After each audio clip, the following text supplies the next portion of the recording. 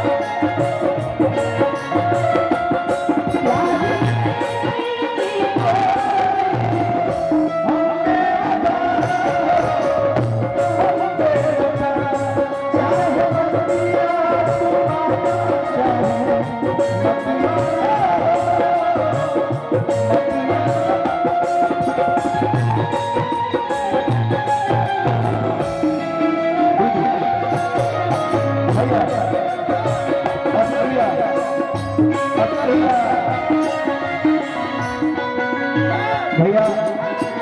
जितने भी इस रास्ता देख रहे हैं आप लोग से बार बार आग्रह किया जा रहा है कि कलाकार का आने जाने का ये रास्ता है,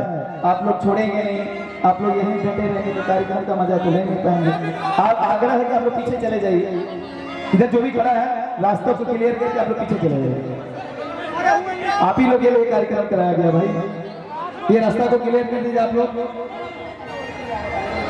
मीडिया भाई लोग से अनुरोध जितना भी है भाई ये वाला रोड क्लियर करा दीजिए। आप लोग देख रहे आइए अस्कर भैया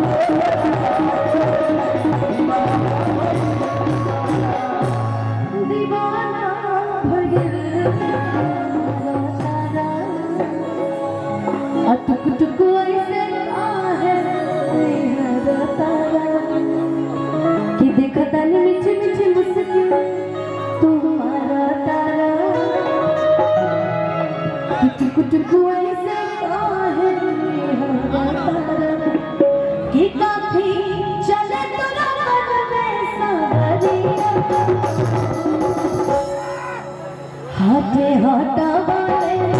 हाथे राजा दिया हाथे हाथा वाले हाथे राजा दिया